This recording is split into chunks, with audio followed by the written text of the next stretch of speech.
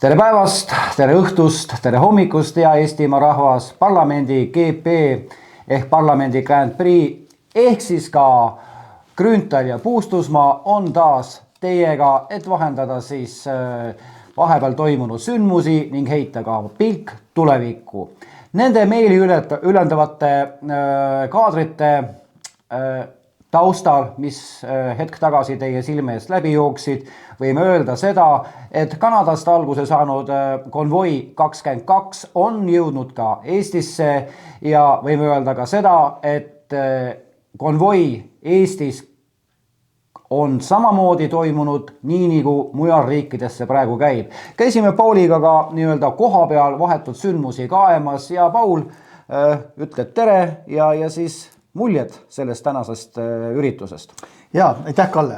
Ja ka minu poolt teile head rahvas, tere hommikust, tere lõunast, tere õhtust, kes iga ja millal seda saadet parasjagu jälgib. Et nagu Kalle ütles, jah, me käisime sellel suurel üleoleval sündmusel, ülevoolaval isegi võiks öelda sündmusel, mis toimus seoses koroona protestiga ja mis tegelikult oli nagu sümbioos, kuivõrd ka tegelikult ka see vabaduse kolonn või kuidas see nimetatakse? Vabaduse konvoi. Vabaduse konvoi, aga vabaduse konvoi oli vähemalt osaliselt kohal. Seetõttu, et füüsiliselt oli neil väga keeruline pääseda Toompeale, võiks ütlema niimoodi, et nad ei pääsenudki Toompeale. Küll nad aga suutsid oma autod ära parkida igale poole Tallinnas ja päris keerulises situatsioonis nii, et vähemalt meedia teatas, et osa autosid hakati ära vedama. No ja siis olles autod siis ära paigutanud, kes siis Sikupilli, kes siis mujale Tallinnasse või Revalisse, kuidas kellelegi meeldib, siis nad tulid kohale ka jalgsi, nii et tegelikult sellel meeleavaldusel oli tuhandeid inimesi ja neist kindlasti oli märkimisväärne hulk ka konvoi inimesi. Nii et kõigile tänud, kes tulid, kõigile neile, kes siis näitasid, et meil valitseb pluralism ja demokraatia. Neile tänu. Kindlasti ka suured tänud kõigile korraldajatele, need, kes organiseerisid selle koosoleku või miitingu selles Toompeal, eeskätt muidugi Varro Vooglaiule, samuti ka kõigile nendele tehnilistele töötajatele. Samuti suured tänud ka kõigile neile anonüümsetele juhtidele, kes suutsid selle konvoi 22 ellu viia, sest mina võin öelda selgelt, et Eestis on alanud uus ärkamise aeg. Täpselt nii nagu toimus see kunagi fosforiidisõja ajal, kus Eesti rahvas ärkas ja mis lõppes siis Eesti väljaastumisega Nõukogude Liidust ja lõppkokkuvõtteks ka siis Nõukogude Liidu lagunemisega. Ma arvan, et ajalugu teeb keerdkäike ja kõik kordub uuesti ning mul on selline tunne, et me peame uuesti tõusma kõik ülesse ja taastama oma endise Eesti iseseisva sõltumatu Eesti Vabariigi. Ja nagu te kõik teate, head kallid vaatajad ja meie toetajad, et parlamendi GP eripära on ju see, et me kõigepealt teeme väikese ülevaate möödunud nädalast ja siis teeme ettevaate ehk ennustuse tuleviku nädalale parlamendi töö kaudu. Aga nüüd möödunud nädala või siis nüüd hetkel veel olemasoleva nädala kokkuvõttena võibki öelda, et ega suurt ju väga olulist meil silma ei hakanud. Mis hakkasid silma siin möödunud nädalas? Eks Kalle võib siin täpsustada minu jaoks. Minu jaoks hakkasid kõigepealt silma see, et terve see nädal toimus üks suur hirmus vaidlemine koroona ja piirangute teemadel. Ja mitte ainult Eestis, vaid terves Euroopas. Terve Euroopa võtab piiranguid tagasi ja ka Eesti valitsus on sunnitud seda tegema. Ja siit ka see eripära, et terve see möödunud nädal tundus, et meie valitsus on nagu millega võrrelda, nagu sült. Ta võbiseb, võdeleb ja väbiseb, ei anna ta kindaid sõnu, ei, kuidagi ei julgeta teha või on selline mingisugune nõrk sükune asi. Ja sellega seoses on mul ka meeles sellest nädalast eriti tugevalt silma hakanud ablava, mis on seotud erakondade reitinguga, mis iseloomustab ka seda, kuidas siis rahvas suhtub valitsevasse liberaalsesse võimkonda ja kuidas mitte. Fakt on see, et viimaste koondreitingute tulemusena, me ei hakka eraldi üksikutki võtma, isegi koondreitingute tulemusena on rahvuskonservatiivid tõusnud esikohale ja nüüd on nad püsinud juba seal üpris püsivalt. Ja siis tuleb riburada pidi järgi kõik teised. aga kuidas sina siis ütled, sa kokku võtad, Kalle? Mina võtaksin kokku seda möödunud nädalat selliselt, et tahan öelda, et maskid hakkavad tasapisi langema kogu selle koroona teema ümber. On tulnud väga kummalisi sõnavõtte nendelt inimestelt, kes on seni olnud COVID vaktsineerimise ja kui ka siis COVID passi osas absoluutselt resoluutselt on hakanud tegema millegipärast väga huvitavad häälitsusi, millega siis ütled, et ega ehk need ei olegi vajalik äkki. Aga küsimus on ikkagi selles, et kuna nimetatud COVID-i vastane liikumine on maailmas praegu tõusujoones ja on kuulda ka siin kohtuasjade algatamist nende läbiviijate suhtes, siis mina näen praegu ainult ühte ainukest momenti, et need käsutäitjad ja käskude andjad hakkavad mõtlema selle peale, et aga mis siis saab, kui tuleb ühel hetkel kanda ka vastutust. Üks asi on see, kui sa oled siin, ütleme, käsuandja, me tuntumad siin Tanel Kiik ja minister Jaani ja Kaja Kallas ja see on see eliit, eks ju, aga peale selle on ka olemas ka sellised, nagu öeldi vanasti, kupjad ja teomehed ja jooksupoisid, kes on neid asju ka ellu praktiliselt meie peal viinud. Siin ma pean silmas siin turvamehi, igasuguseid muid tööandjaid, kes on siin sundinud vaktsineerima vastu inimeste tahtmist seda.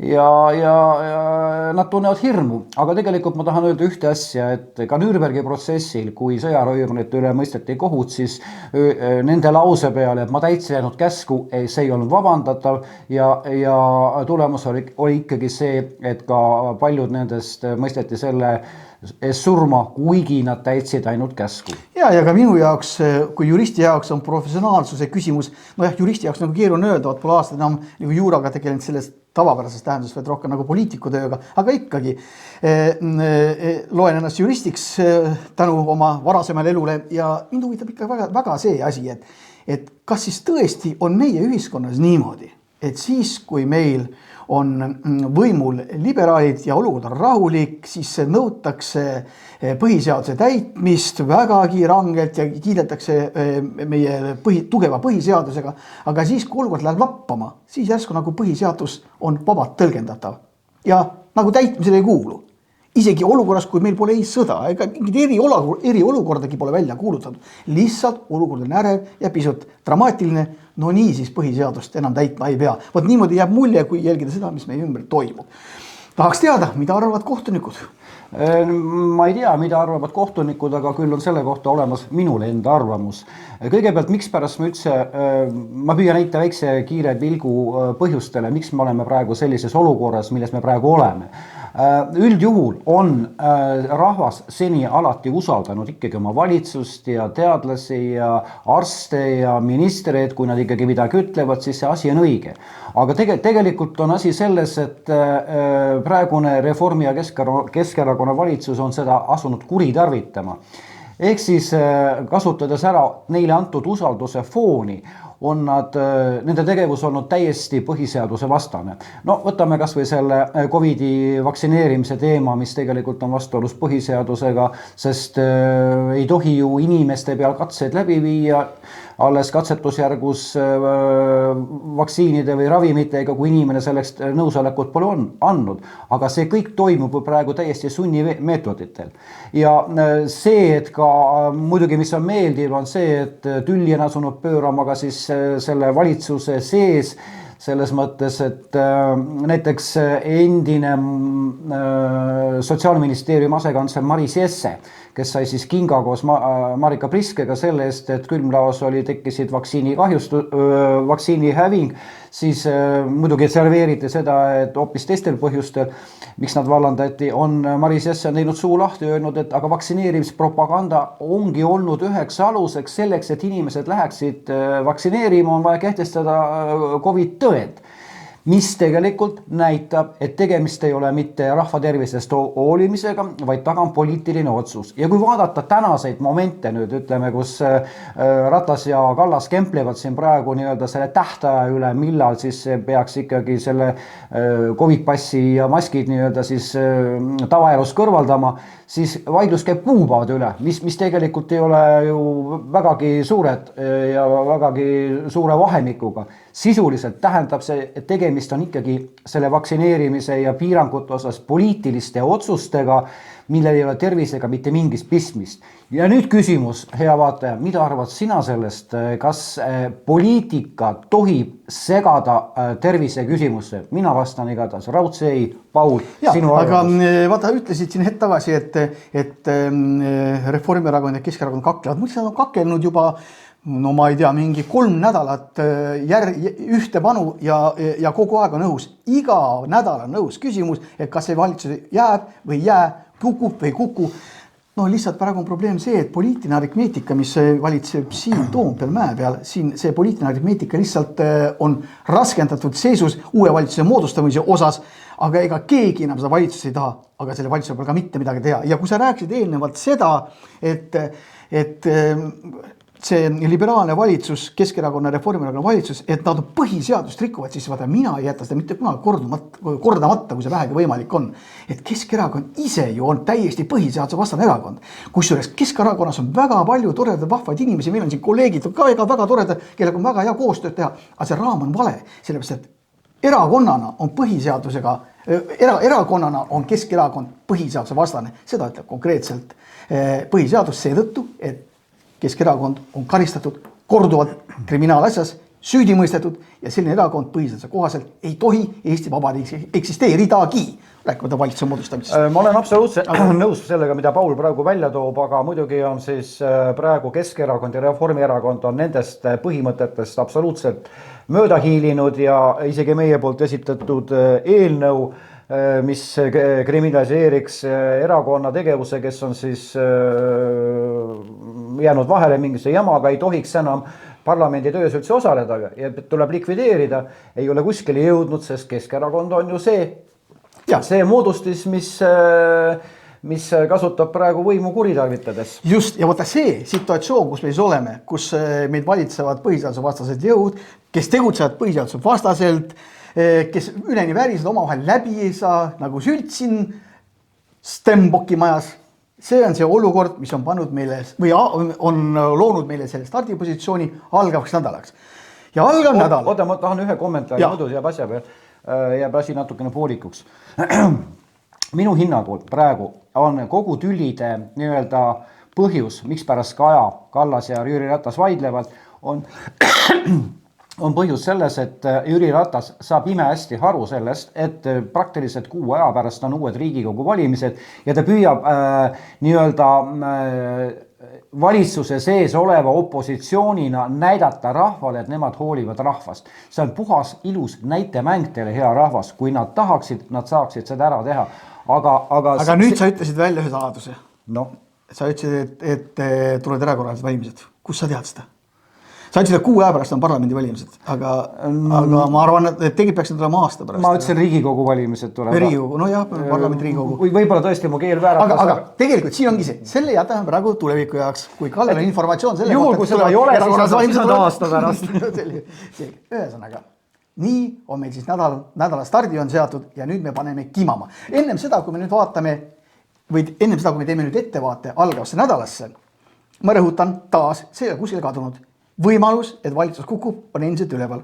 See, et Keskerakond ja Reformierakond omavahel hakkama ei saa, on tõenäoline, aga mitte kindla 100%. Aga mina tahaksin ühe asja veel prognoosida. Mis sa arvad, Paul, kas võib tulla ka praegu mängu Kaja Kallase valitsuse umbusaldamise moment? See moment on kogu aeg meil üleval õhus, aga siin on järgmine probleem asja juures. Kui sa teed umbusalduse, siis sa pead just nagu aimama, mis saab edasi. Aga kuivõrd praegusel hetkel ei ole mitte ühtegi teist jõudu, kes tahaks selles olukorras minna valitsust moodustama. Sest lähenemas on Riigikogu valimised. Siis on see problemaatiline, aga mitte midagi sa välista sellepärast. Muide, ma tahan ühe asja veel ära öelda, et tegelikult on Jüri Ratas võtnud üle EKRE taktika, selles mõttes moodustada valitsuses opositsioon, et saada populaarsust rahva hulgas. Kui EKRE oli valitsuses, siis tema ei võidelnud mitte sellepärast, et mingisuguseid plusspunkte rahva eest saada, vaid tema seisiski just rahva eest, soovides rahvale paremaid seadusi. Praegusel hetkel on olukord aga selline, kus Jüri Ratas sisuliselt näiliselt esitab visiooni, et nemad võitlevad rahva eest, aga tegelikult on see kõik nende poolt suur mäng enne ütleme siis mitte enam eksida, enne märtsikuuseid Riigikogu valimisi. Ja siin hakkame mõtlema selle peale, et kuidas siis käib, et milline poliitiline seltskond võitleb selle eest, et kõigil oleks hea ja milline poliitiline seltskond selle eest, et mitte kellelgi poleks halb. Ja kui see niimoodi on, siis kuidas nad üksteise vastu saavad. Aga sellegipoolest, head inimesed, me saame nüüd joone alla tõmmata möödunud nädalale ja läheme nüüd ettevaatega tulevasse või algavasse nädalasse, mis algab siis esmaspäeval 7. veebruaril. Kuid ennem seda, kui me nüüd hakkame neid hakata vaatama või mis siis tuleb, ma tuletame teile head inimesed veel meelde. Riigikogus on võimalik tulla seda poliitetendust vaatama. Kõikidel inimestel, see on niisugune regulaarne meeldetuletus, tulge aga siia, astuge sisse, lihtsalt võib-olla nõutakse maski veel, pagan seda teab, seda ma ei oska enam öelda, kuid saate sisse, tulete rõdule ja te näete kõiki küsimusi, vastuseid, arutelusid ja mis sellega seoses on suures saalis. Ehk see koht, kus siis käib nii-öelda lõppvormistused. Ja Paul, aga kuna ma nüüd teist korda katkestan vähemalt sinu tarka mõtet minna siis nende eelnõude juurde, siis viimast korda ma luban sulle, rohkem enam ei sekku sellesse, tahan ma öelda veel ühe repliigi. Nimelt on Paul alati rääkinud sellest kuupäevast, mis on siis, ütleme, tähtsad asjad on toimunud. Täna siis on, mis on 3. veebruar on praegu. Ja ma tahan öelda neljapäevane päev ja ajaloost on teada, et neljapäevane päev oli Nõukogude Liidus alati kalapäev, kõik sööklad, kõik restoranid pakkusid eksperimentaalseid kalatooteid ja Paul Mennem ütles, et mulle tal isegi meeldis see. Ja kalapäev mulle alati meeldib, mina vana saarlasena ikkagi armastan kala ja jään alati armastama, kuigi mädanema pidi hakkama just kala ja just peast. Selge, aga nüüd sinu etteaste palun. Aga algamas on meil 4. töönädal Riigikogu täiskogu 7. istungjärgul. See algab 7. veebruariga, esmaspäevase päevaga ja nagu ikka istung on õhtune, esmaspäeviti on õhtune istung, teisipäeviti hommikune istung, kolmapäeval jälle õhtune istung ja neljapäev on jälle hommikul.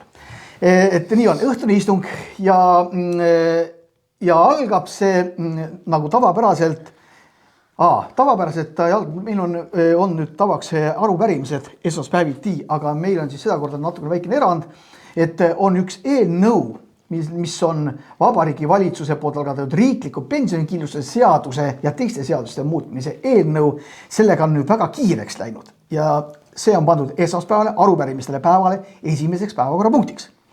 Ja vähe sellest, et ta on esmaspäeval pandud esimeseks punktiks, ta on ka kolmapäeval võetud juba 3. lugemisele. Ma tuletan meelde, et meil seaduste arutamine käib Riigikogus niimoodi, et esimene lugemine toimub suures saalis, siis tutvustatakse seadust, teisel lugemisel vaadatakse läbi parandused ja 3. siis koputatakse seadus vastu või mitte vastu võetuks. Et see on nagu põhimõte. Nii siis esmaspäeval on meil selle teine lugemine ja kolmapäeval on juba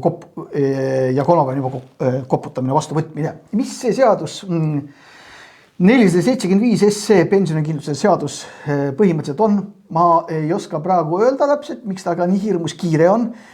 Ma ei ole väga konkreetselt ja selgelt arusaadavat vastust saanud, milleks rikutakse tavapärast traditsiooni ja sellise ratsutamisega ta läbi joostakse, aga väide on seda, et tahetakse ta 1. veebruarist kehtestada juba, mis tõttu see on kavandatud jõustumine, mis tõttu siis see on nagu põhjus, aga põhimõtteliselt olevat tegemist ikkagi suhteliselt tehnilise seadusega ja millele on siis viitanud seaduse loojad ja millele nad on siis eriti tähelepanu pööranud.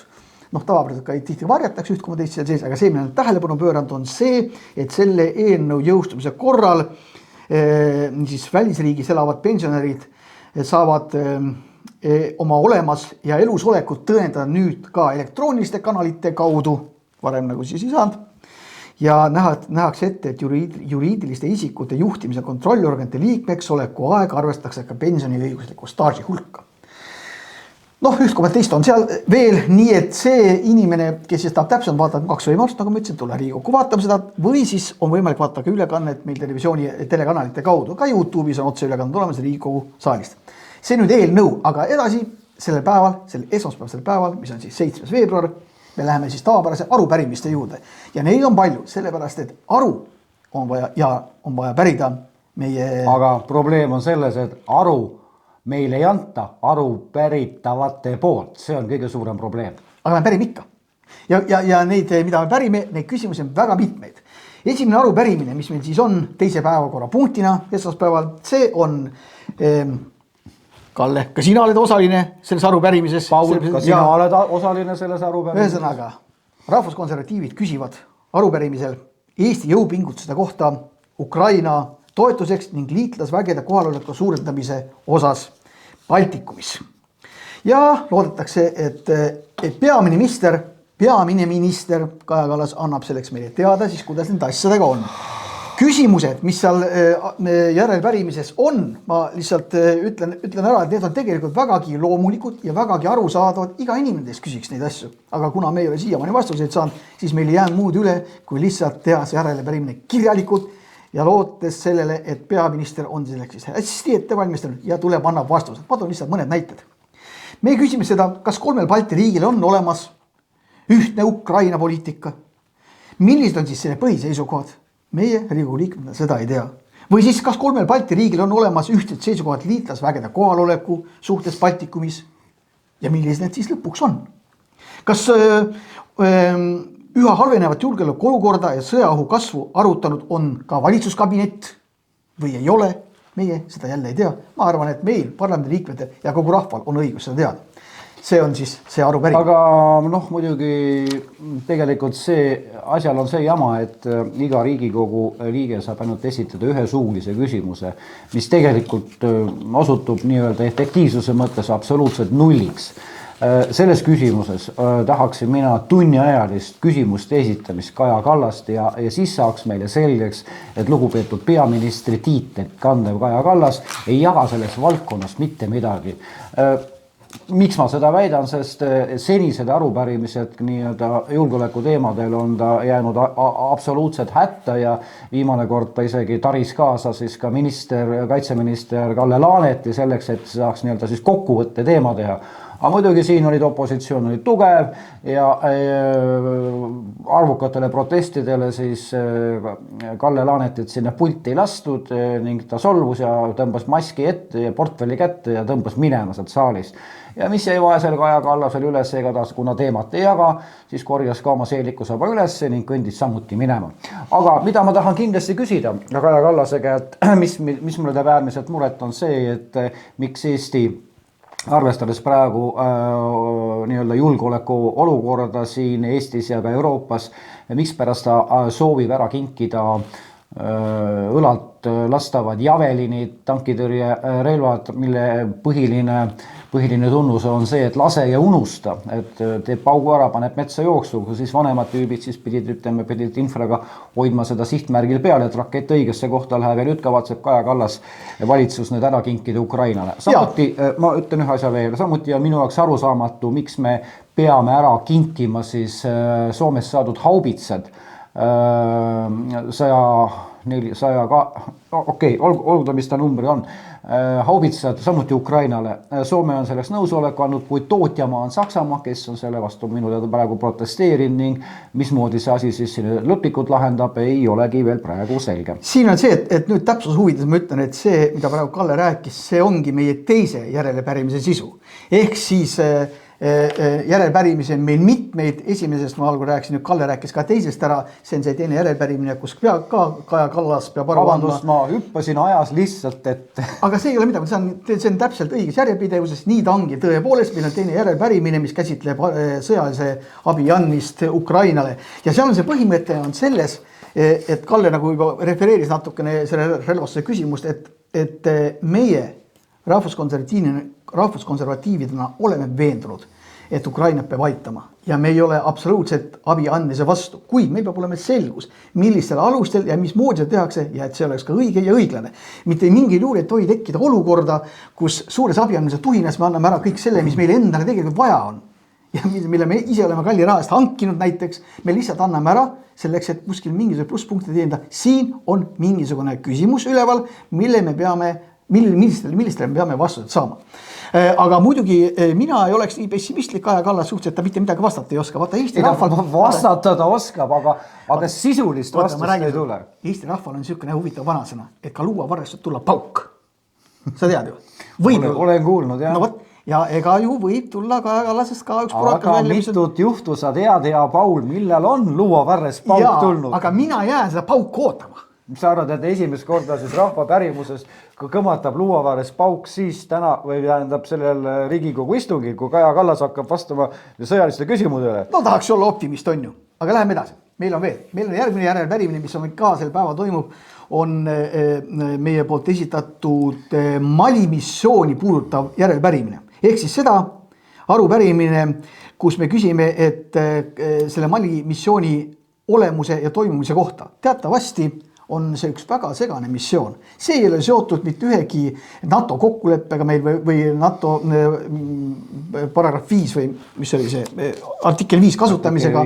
See ei ole seotud meie liitlaskohustusega NATO raames. See on üks väga kummaline eripärane minek sinna Malisse, kusjuures me toetame režiimi, kes on tegelikult ütleme pehmelt, mitte väga... sõjaväehuntat. No okei, ma tahtsin öelda mitte väga demokraatlik. Ja mis on veel kõige hullem, on see, et ega ju see Malis toimub, on ju meie välis spetsialistid nagu hästi teada tuntud ja kogu meie valitsus on ka briifitud sealsetest olukorrast vägagi põhjalikult ja nii kaugele, et meie jõuministeeriumid on vägagi konkreetselt öelnud, et kui Mali režiim hakkab koostööd tegema Vene palgasõduritega, siis me tuleme sealt ära. Nüüd on siis selge, et Vene palgasõdurid on Malis ja aitavad seda režiimi ja me oleme nüüd nendega siis nüüd relvavennad mingil põhjusel ja viime ka sellel alusel ellu selle režiimi ebainimlikku poliitikat. Meie ei saa aru selleks. Miks? Eriti, kui see ei ole seotud üldsegi ka NATO-ga. Nii et need on küsimused, millele me vastuseid tahame saada. No ilmselt on see teema, mida nüüd mina tahaksin natukene pikemalt rääkima, kui Paul sa lubad. Et kõigepealt on see, et minule teadaolevalt on siis Rootsi ja Taani teatanud end lahkuvad Malist. Kui mina küsisin kaitseminister Kalle Laaneti käest Euroopa Liidu asjade komisjonis, et ole hea, et miks me oleme veel seal, sest Riigikogu mandaat lubas seal Malis tegutseda teatud tingimustel, mida hetkel praegu ei ole võimalik teha, sest näiteks ütleme, seal on kolm erinevat operatsiooni, siis ühe operatsiooni puhul pole sõdurid mitte üks gramm saanud küll selle asjaga tegeleda. Aga Kalle Laanet ütles selle peale, et ei, et meie teeme seda ikkagi edasi. Et siit mul tekib küsimus, et mis siis üldse toimub Kaja Kallase valitsuses, et tullakse Riigikogu kas mandaati küsima ühe asja peale ja pärast siis tehakse hoopis teist asja. Ehk siis sööklas tellitakse kapsasuppi, aga saadakse hoopis mannapuder. Umbes samamoodi. Põhiliselt ühitab need ainult see, et mõlemad süüakse ära. Aga niimoodi need asjad Riigikogus käia ei tohiks. Küll on probleemi veel ka sellega, et Kalle Laanet on tegelikult Riigikogu liikmetele valetanud suisa näkku.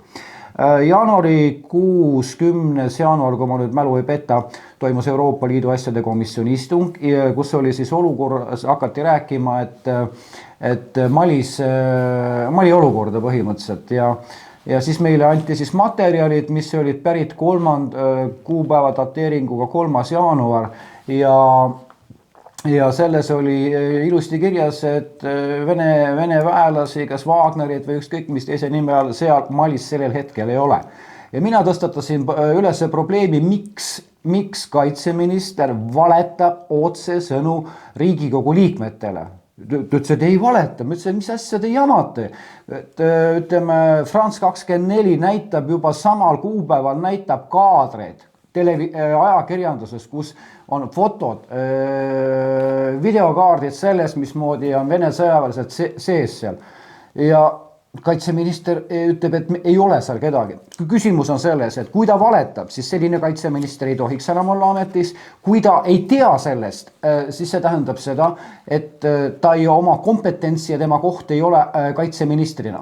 Kõige hullem on aga see, et kogu selle krempli peale mida ma seal tõstatasin, muidugi ma ei öelnud sellel hetkel Kalle Laanetile, et minu informatsioon pärineb nii-öelda France 24 uudisteagentuurid ja kusjuures kolmandal juba rääkis sellest ka Sloveenia ajakirjandus, siis Kalle Laanet tegi sellise käigu, et hakkas minu tausta uurima, ehk siis leidmaks minule sellist infot andvad informaatorid, mis tegelikult on jäme seaduse rikkumine, sest esiteks kõigepealt selline institutsioon, nagu ütleme, Kaitseministeerium ei tohiks minu järgi luurata.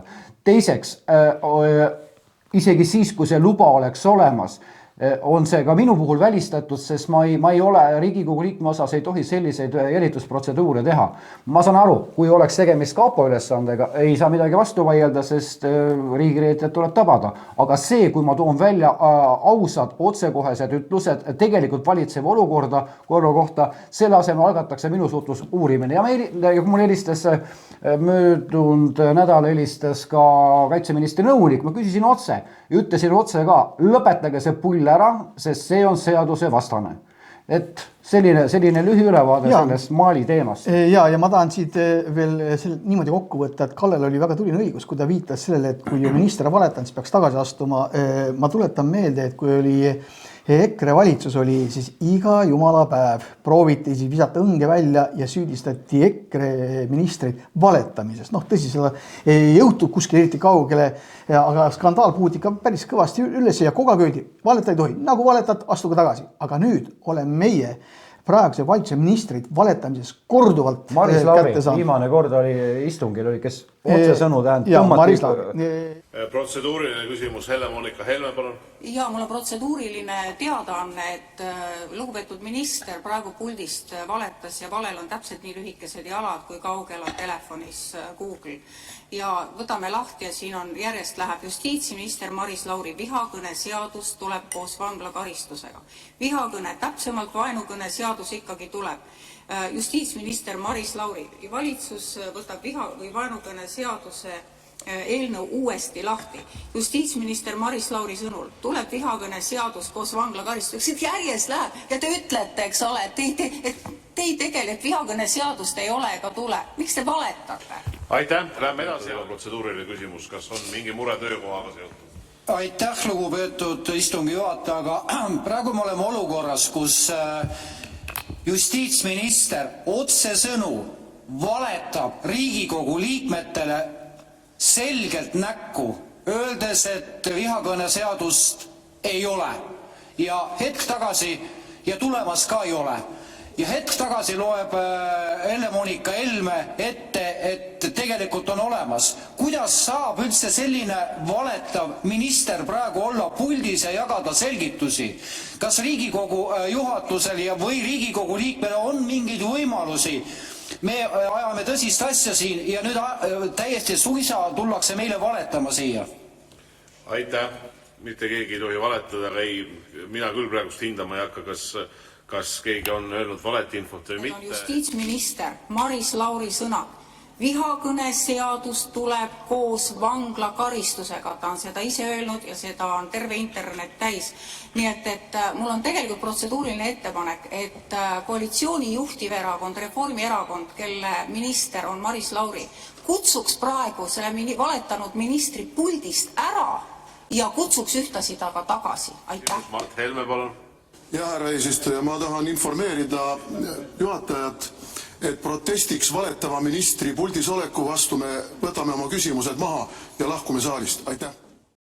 Ja kui me räägime kaitseminister Kalle Laanetist, siis samamoodi. Ma tuletan meelde, ka selles arupärimises, mille me nüüd esitame ja see Malit puudutav arupärimine on, seal on ka konkreetselt välja toodud Kalle Laaneti sõnad eelmise aasta 22. septembris, kus ta ütleb niimoodi, et juhul kui Wagneriga tehakse koostööleppe ja Wagneri eraarmee asub Malis tegutsema, siis Eesti kontingent tuleb sealt ära. On ta siis tulnud? Tegemist on, ütleme, sellise, paha poisi tegevusega, kes tahab õue minna, ehk siis Malisse minna, lubab emale kokku, ma teen ainult käin kilvakastis mängimas. Kui õue pääseb, siis läheb naabriaeda õunaraksu. Minu meelest lühike kokkuvõttu. Jah, aga nüüd oleme teisipäeva juures. Teisipäev on 8. veebruar ja istung algab kell 10, neile, kes tahavad tulla istungid vaatama. Meie esimeseks punktiks on seal 417 SE, mis on Vabariigi Valitsuse algatatud riigikaitseseaduse muutmise eelnõu ja sellega seonduvalt teiste aktide muutmise eelnõu. Ja see on muidugi vägagi mahukas, puudutab kaitseseadusi erinevaid. Ja ma pean ütlema, et sellega on tehtud väga pingsat tööd. Täpsemalt selle eelnõu osas teisipäeval tuleb ka fookus, kus siis Leo Kunnas annab ülevaate nendest muudatustest, mis sisse viiakse ja mida siis on ka meie algatuse kaudselt toetatud. Igal juhul nii palju võib öelda, et see seadus tekitas meis vägagi palju problemaatikat, mis käsitles erinevates küsimustes ja tsiviilressursside kasutamist, ütleks niimoodi. Ja me tegime sinna 10 erinevaid muudatusettepanekuid, milles väga suur osa ka arvestati, nii et see on täiesti pretsedenditu juhtum isegi. Jah, et igal juhul, aga täpsemalt selle seaduse siis tõesti teisipäevas fookuses. Kui sa lubad, siis ma ütleks nii palju ära, tähendab, et ega see seaduse sisu, me oleme seda eelnevat ka esimest lugemist siin samas saates rääkisime, siis me vihjasime sellele, et tavakodanikule jäetakse siis toiduvaru, mis võib olla mitte kauem kui 7 päeva, mis tekitas meeletud järelpärimisi ja edasi. Aga kui ma nüüd väga ei eksi, siis me vestlesime ka täna Leo Kunnasega, et tegelikult see norm ikkagi suureneb. Et siin oli vist, kas oli juttu 3 kuuks? Aga mõistlikum on jah ikkagi, ütleme, et las Leo Kunnas, kes on selles Riigikogus on selle eelnõu ettekandja, räägib siis täpsemalt, mismoodi nüüd tsiviilressursse hakatakse kasutama ja kindlasti ka palju siis seda toiduvaru võib inimesel olla. Aga igatahes ma arvan, et me mingi võidu ikkagi saavutasime selle toidu asjaga. Ja muidugi, nagu Paul ütles, Paul teeb selle kohta erisaate Leo Kunnasele, fookus on selle asja nimi ja olge hea, keda teema väga huvitab ja sisuliselt puudutab, siis hoidke silmad lahti, millal fookus tuleb. Ja ma nii palju veel ära märgin ka, et kui rahvuskonservatiivide kõige suuremaks mureks oli see, et selle seadusega ei tekiks omavoli võimalust, siis ja nendega oli seotud ka meie parandusettepanekud, siis meile vähemalt tundub küll, et me oleme selle võimaluse nullinud, et omavoli... Ma ei oleks nii optimist, ma ütlen, et me oleme esitanud väga tõsised takistused praegu sellele teele, mida tegelikult esialgselt planeeriti. Tuleta meelde, et tegemist on alles teise lugemisega. Me ei tea, mismoodi sündmused käivad, kas muudatusettepanekuid kõiki arvestatakse või mitte, toimub jälle läbihääletamine, kui arvestata mõnda meie muudatust, mis me tahtsime. Prognoos võib olla ka see, et eelnõu lugemine katkestatakse, ehk on vaja veel midagi juurde seal panna ja siis kolmas kõige variant on see, et läheb 3. lugemisele. Ja, aga teisipäeva eripäraks ongi see, et terve see istung on meil ainult selle seaduse käes ja meil sellel päeval rohkem muid seadusi ei ole. Ja me saame edasi liikuda. Aga asi on oluline, puudutab igat Eesti inimest, nii et olge hea, hoidke silmad lahti, otseülekanded toimivad, kindlasti paremad pärled nopitakse sellest istungist välja ka siis ütleme meie videotöötajate ja videomonteerijate hulgas, ka rahva hulgas, nii et asjad liiguvad selles suures. Ja nii me jõuame kolmapäeva juurde, mis on siis 9. veebruar ja istung algab kell 14.00. Kusjuures tuletan kohe meelde, et esimene päevakorrapunkt on see, millest me oleme juba rääkinud, see on pensionikindlustuse seaduse eelnõu 475 SE, selle 3. lugemine või selle ära koputamine. See on siis kolmapäeva esimene punkt ja sellepärast me selle peale peatub. Järgmiseks päevakorrapunktiks kolmapäeval on meil olukord, kus meie juurde tuleb haridus- ja teadusminister Liina Kersna rääkima ja tegema ülevaadet valdkonna strateegilistest arengutest 2022. aastal. Seal tuleb möllu parasjagu, eks küsitakse, uuritakse, vastatakse ja ettevalmistusi on meediagi teinud selleks vägagi asjalikult. Põhimõtteliselt ma ei tea, mis on, Kalle, sinu kõige suurem valuprobleem selle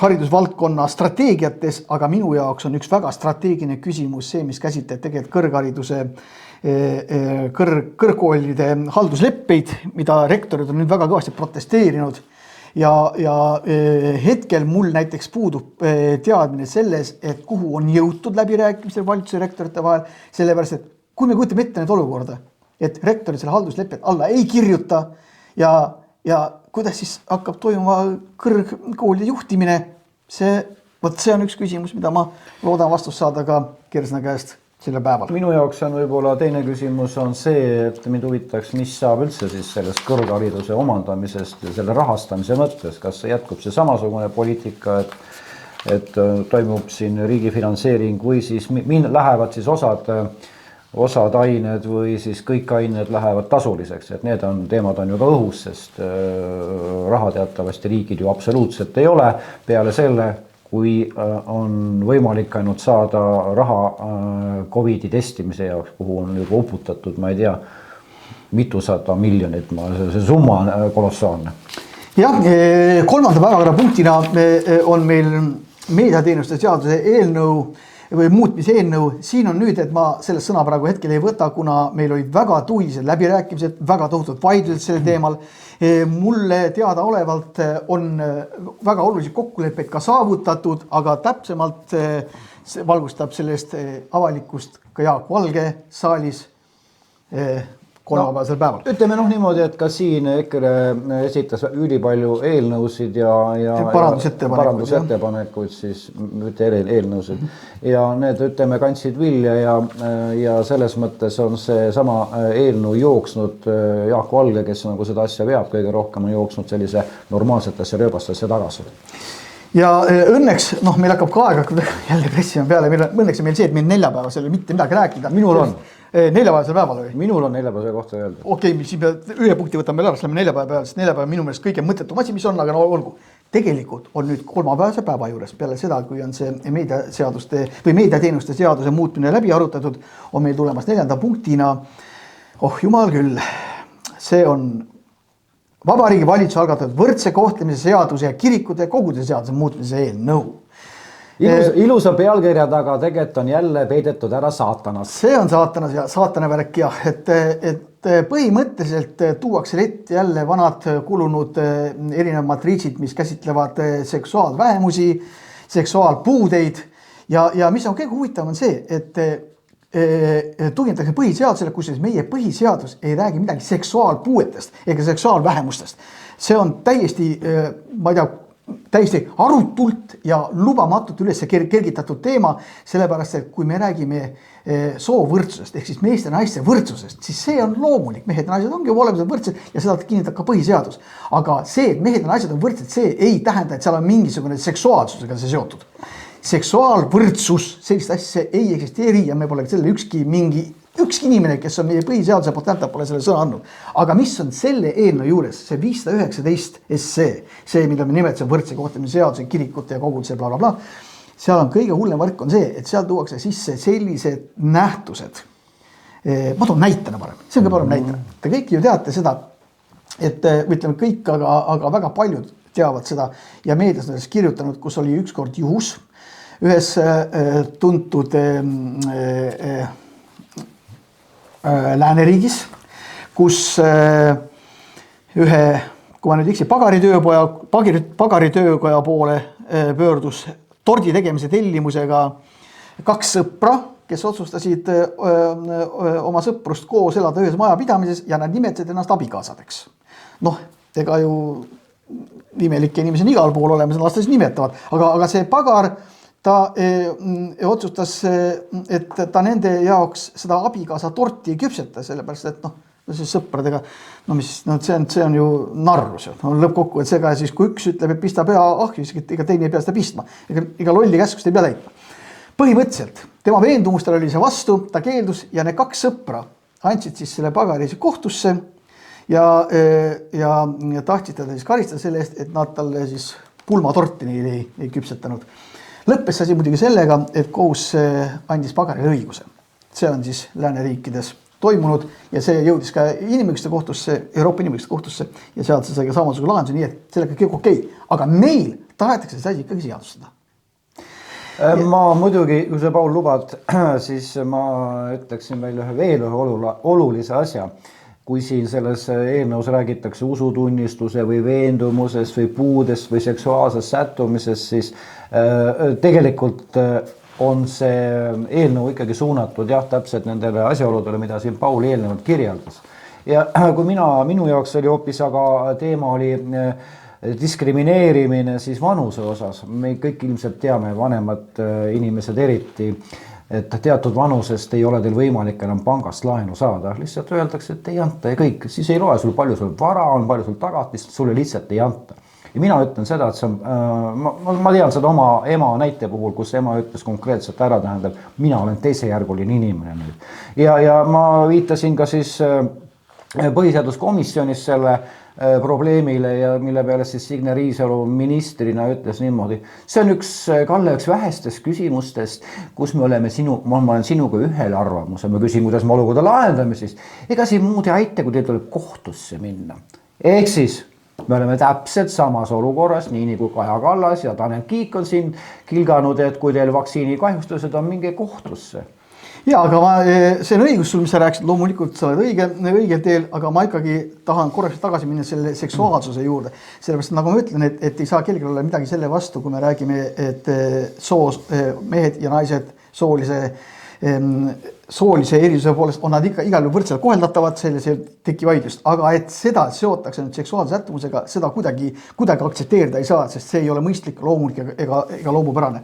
Kusjuures selle seadusega nüüd on tahetudki seda, et ja rõhutatakse ka seaduse looja poolt just nimelt seda seksuaalse sättumuse erisust, et selle alusel ei tohi tekitada ebavõrdset kohtlemist ja seaduse järgi viiakse need nõuded nüüd seaduse baasil sisse haridusse, sealhulgas kutsehariduse omandamisesse või nendesse asutustesse siis.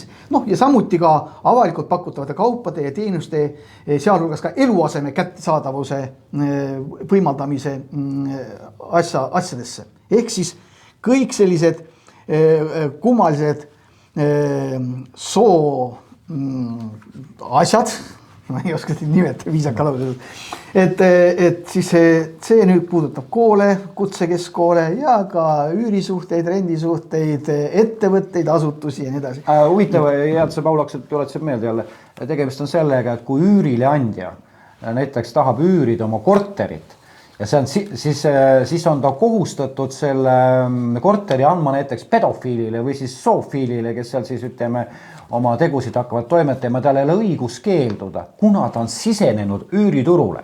Ja. Mõistate? Ja huvitav oli veel see, et ainult erisus tehti kirikutele, mis iseenesest on vägagi hea, et kirik ei pea andma oma sakraalhooneid siis suvalise seltskonnale, vaid võib teha siin järeldus selle pealt, et kui seal toime pandav üritus ei vasta nüüd kiriku kanoonilise lõpetuse peale taolist, siis võib selleks keelduda, aga minu jaoks tekitas küsimust, et miks, tõsi, mitte selles, et ma oleks tahtnud kirikut rünnata, vaid lihtsalt sellepärast jälle võrdse kohtlemise printsiibi alusel, et kui kirikutes selline võimalus tehakse, miks ei tehta teistele inimestele? Vaata, siin on praegu ilmne näide, mismoodi ütleme, valitsus püüab siis maskeerida selliste normaalsete nimetuse taga oma tegelikult saatanlikke plaane.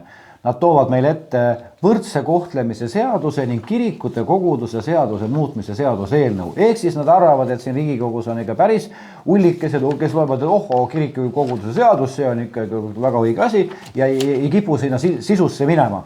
Aga kahjuks me Pauliga oleme mõlemad ühes samas põhiseaduskomisjoni, meil on sitt omadus, vabandust vähenduse eest ikkagi vahel lugeda mõnda asja põhjalikumalt ja sealt need probleemid tulevad valitsuse jaoks. Ja kuna nüüd tegelikult aeg on täiesti tegelikult ka kummuli, siis on sul aega 20 sekundit rääkida neljapäevasest päevast, mida mina nimetan täiesti mõttetuks päevaks, aga nagu pealegi. Nii nagu neljapäevane päev, see oli põhiseaduskomisjoni algatatud olulise tähtsusega riikliku küsimus. Olulise tähtsusega. Ja Eesti kodanikuühiskonna arengu kontseptsiooni rakendamise arutelu. Mina ei saanud mitte midagi aru sellest, aga kõige hullem on see, et kui me eelnevalt ütlesime, et neljapäevane päev on tavaliselt olnud Nõukogude korra juures kalapäev, siis ma ütlen, et Nõukogude korra poolt on tulnud veel mõningaid asju kaasa.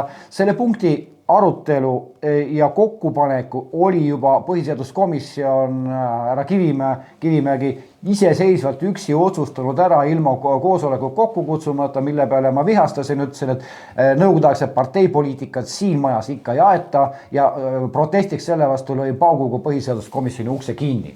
Nii, ja meie läheme pauguga nüüd selle saate kinni ja me kohtume järgmine nädal enam-vähem umbes samal ajal. Aitäh teile! Aitäh! Nägemist!